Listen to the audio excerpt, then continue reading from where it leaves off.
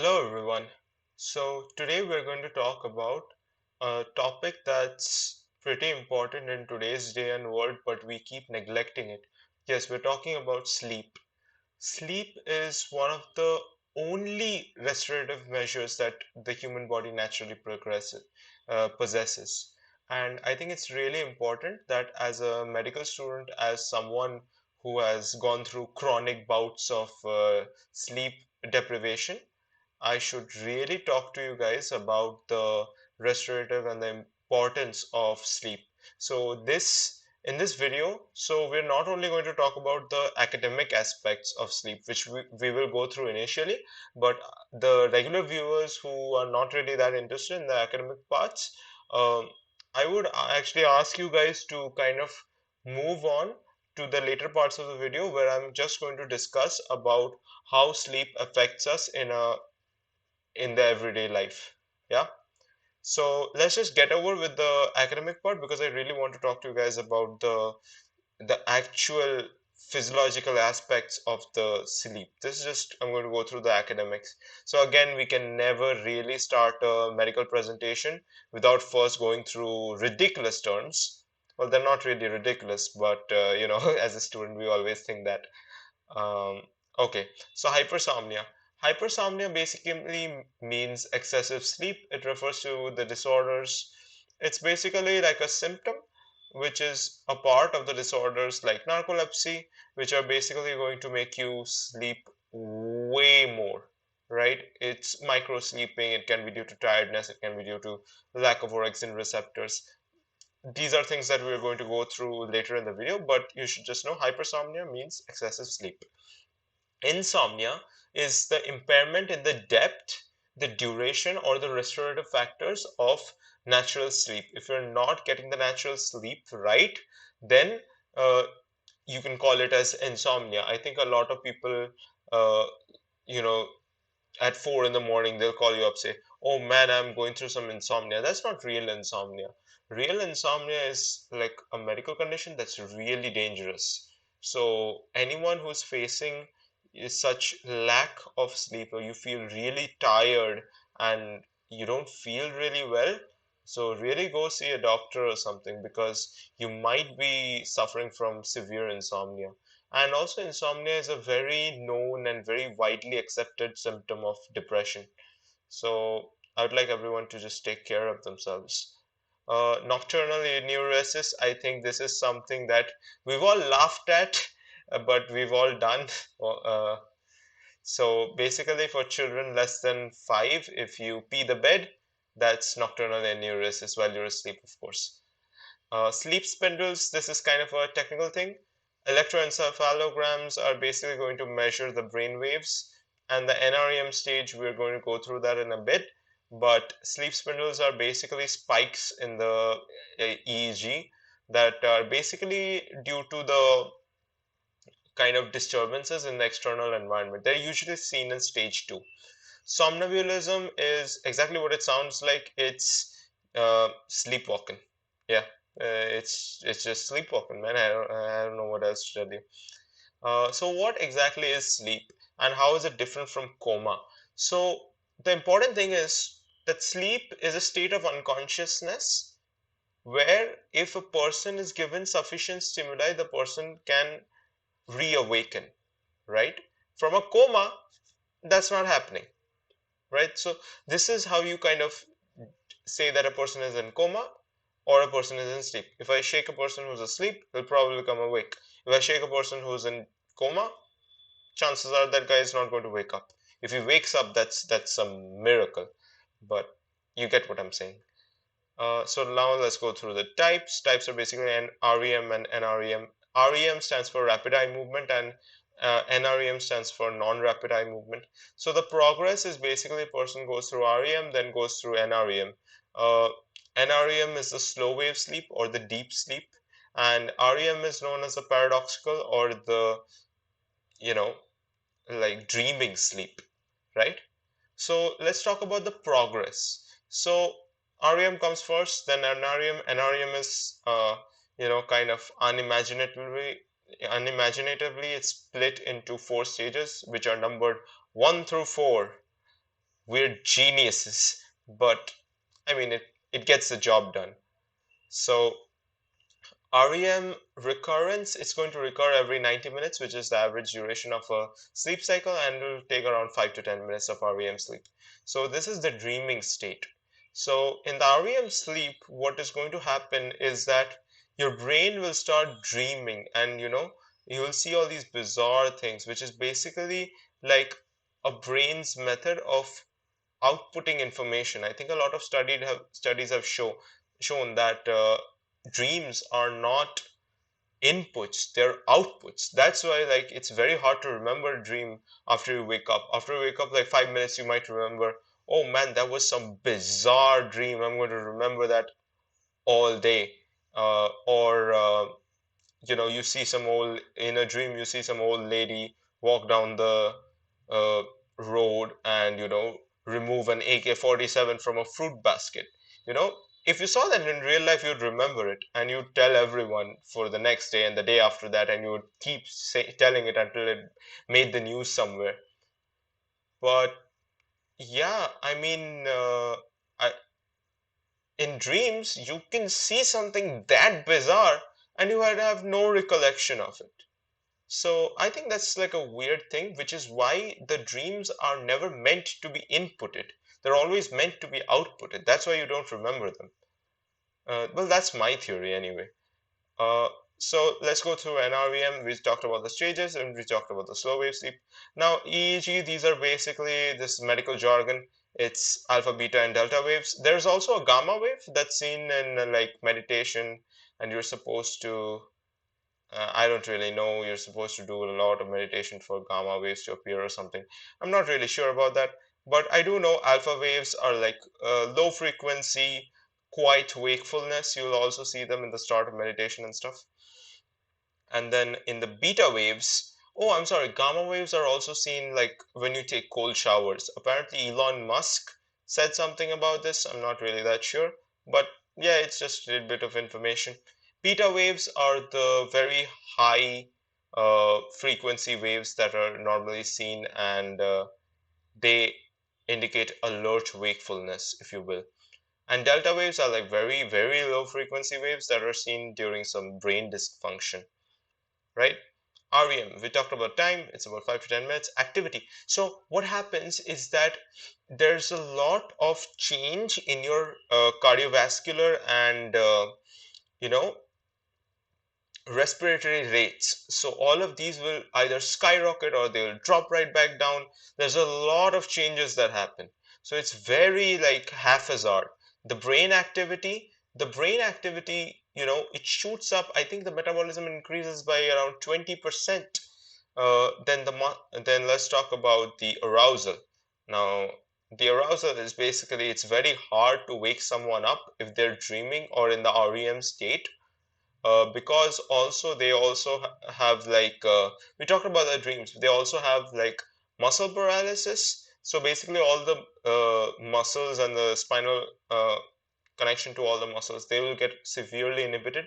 So sometimes I don't know if people have experienced this, but I have experienced this that I know I'm dreaming, but I somehow feel like I can't move, like I can't get out of my body, and it just I just can't get up or anything. I know that it's not real. I know it, like I don't have like a nervous problem or something, but it really scares me sometimes.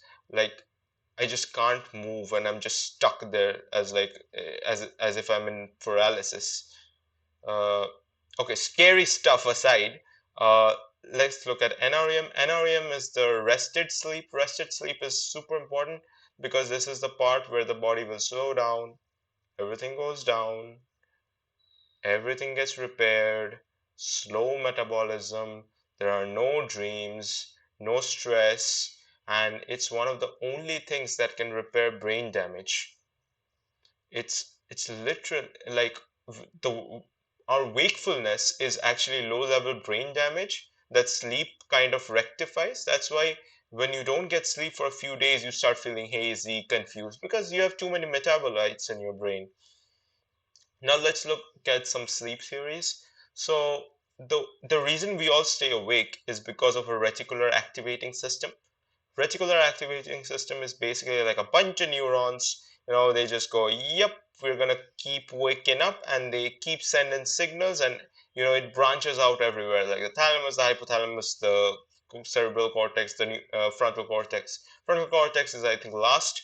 But yeah, it will just keep sending out signals. And how does a person sleep?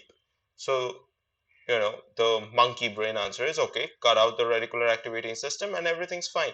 So what the brain does is that it has some centers that will inhibit the reticular activating system such that this cycle is broken. So I'm talking this in ambition theory and talking about these centers in particular because they're not exactly defined.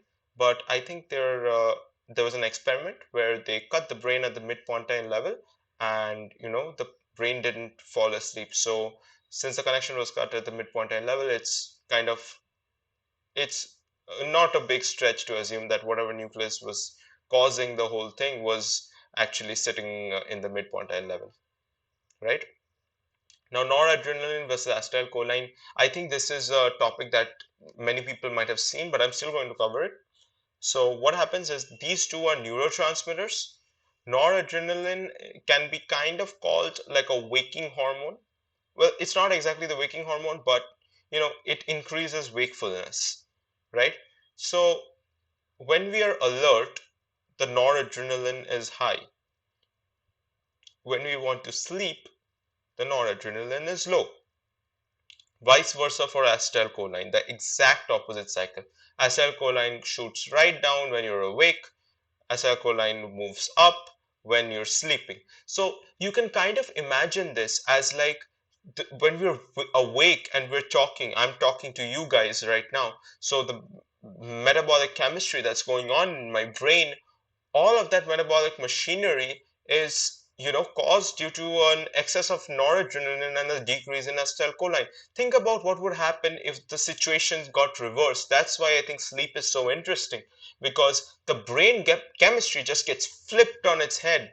Like everything would just go, we have no idea what would happen, because the brain chemistry is going to just completely change because the major chemicals are changing, right? If you uh, like think of a like a drink, okay? You pour in a lot of soda and a tiny bit of lemon, it tastes okay, kind of. It's not that tangy. You empty the whole lemon into the can and you put tiny bits of soda, that will, that'll just taste so tangy and, acidic. So the whole thing changes. That's what I'm trying to explain here. So let's look at the neuronal centers. These are basically the raphe nucleus and the nucleus tractus solitarius. The raphe nucleus basically releases serotonin. Serotonin causes the inhibition, which we talked about before. And the nucleus tractus solitarius is basically going to go out and go through the vagus and the glossopharyngeal nerve fibers, and they will kind of Mm, well, they'll inhibit. So those are basically acetylcholine carriers. So nucleus tractus solitarius will increase the acetylcholine, causing sleep. So chemical we talked about is the mm, what's it called? The serotonin. And experiment we just talked about the cutting of the fibers and everything. Now the other transmitters are muramyl peptide, and basically muramyl peptide was basically injected in micrograms, and it caused whatever poor animal was in the experiment table, it just fell asleep very quickly, like within like a few minutes, it just went into natural sleep. So that's like a transmitter we think may be concerned with the sleep uh, processes. um, then the sleep wakefulness cycle is basically the same thing. Reticular activating system activates, it sends sends impulses to the cortex and thalamus and everything, and it gets back a positive feedback, and the cycle keeps repeating and over and over and over and over again, right? So that's why you keep awake. And but the thing is that this will cause the generation of metabolites. So the metabolites get generated, and then basically what happens is that after a point, this positive feedback cycle can't function anymore. so it reverses, and the feedback is broken, and the sleep producing processes will take over. Now, orexin is a wakefulness hormone.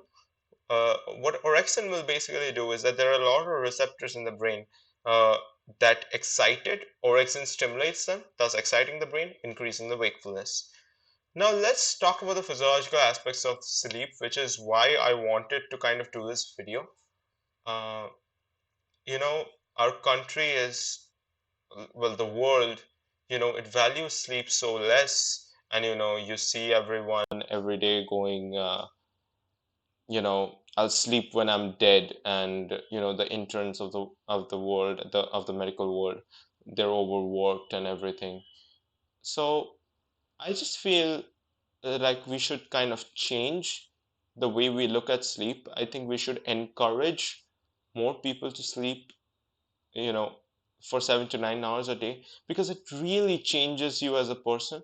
Because I know this personally, because there was a time in my life I was getting only 3 to 4 hours of sleep, and it was arguably the worst time of my life. I felt horrible, and uh, it was just I lost all my mental sharpness. I was not good.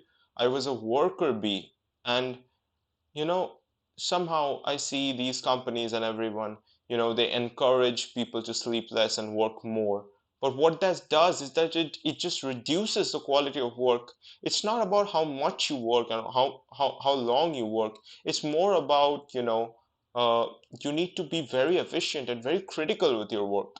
Like, if a person is getting something done in 3 hours, if you do the same thing in 1 hour, that's better. You are just better that way. And I don't really understand why people keep arguing that sleep is something that that's weakness. And if you're sleeping your life away. But where studies have shown that if you sleep less, you're literally going to die. So sleeping less doesn't mean that you are living more. It basically translates to living less, which is horrible. And it's a kind of misinformation that I find really ridiculous in today's society. And I understand that some people have a lot of you know uh, things that they have to do, a lot of responsibilities. But seriously, man, if somehow everyone got enough sleep, the world would be a better place. Like, I'll even share with you an experiment. I think it was done in America, where a school, you know, like kids would drive at school and everything, uh, like a college kind of, like, I'm not very clear on the specifics, but do know the experiment. What they did is that the opening time for the school was 7:30 a.m. and they decreased it down to now around 8:59. So what they saw is that in that area, in that sector, in the next month, the number of car accidents went down by 70%, which is insane, you know? There's someone beeping out there. I can't believe it, man. People have no respect. Uh, yeah, it went down by 70%. Can you believe it? The automatic braking system that was placed, I think, a few years ago, that cut down by 20 to 25%, and that was considered a revolution. Here, a biological phenomenon is, going 70% decline in accidents and road accidents and people dying. That's insane. And no one cares about it. Children are still expected to show up to school really early in the morning, and you know somehow that shows that they're hardworking. Well, the most hardworking people I know, they they just utilize their time better. They will take enough rest, because what happens is basically the physiological aspects of sleep. Sleep is very restorative in nature. Like, I'll give you another experiment. What they did with the rats, I think, they left them in a maze. They just studied the maze, and you can kind of put sensors, I mean electrodes, in the rat's brain, and you can kind of understand what the neurons are saying, what are they thinking. So the first time, the rats kind of went around the maze looking for cheese and everything. the neurons kind of haphazardly got like, okay, this is this place, this is that place. So if I had to explain it in a sound format, it was pep, pep, pep. This is what happened. This was the neurons were saying. The second the rats fell asleep, in their brain, bap, bap, bap, bap, bap, bap, bap, bap. This is the neurons that were continuously firing over and over again, solidifying that pathway. So the next day, rats were immediately able to find the cheese. You know how crazy that is? That there was like a 20 to 30% improvement just by sleep. Just by good, decent sleep. And I find that amazing that in very high academic posts like MBBS or, for a lawyer or an engineer, uh, if you sleep more, you study better, you remember more. And I don't get why it's always that, you have to get this done before the deadline, get that done before the deadline, and you have to sacrifice the sleep. You really do need the sleep. And uh, today, like, we know that sleep deprivation is one of the silent epidemics that are going on. Well, pandemic even. Uh, it's just insane, man, that no one's talking about that. I think Matthew Walker, Dr. Matthew Walker, a neuroscientist, he's one of the greatest advocates, and he has a few podcasts that I would really recommend watching. But yeah, it's just insane that how people are getting diabetes, right? The curves just going up, up, up. The sleep curve is the exact opposite. It's going down. So, the frequencies that you see of cancer, diabetes, and all these unnatural things that we didn't face like few, not a few, well, several decades ago, there wasn't this huge of a problem. Now it's a problem, and we're kind of seeing how the sleep deprivation is playing a role in all that. And there was even studies where sleep deprivation was causing obesity, and people were kind of going, if they were allowed to eat anything they wanted, they were always going for high fat and high carbohydrate, very simple sugars, processed food. So I just think it's absolutely insane that today's society doesn't value sleep, and kind of just, it's the greatest gift that Mother Nature has given to us, and we're just wasting it. So I just feel bad, and every student watching or anyone watching, I really, really, really hope that you sleep well, because it will change your life. It really will. Just try it for a week, set your sleep cycle straight, and the world will be a better place.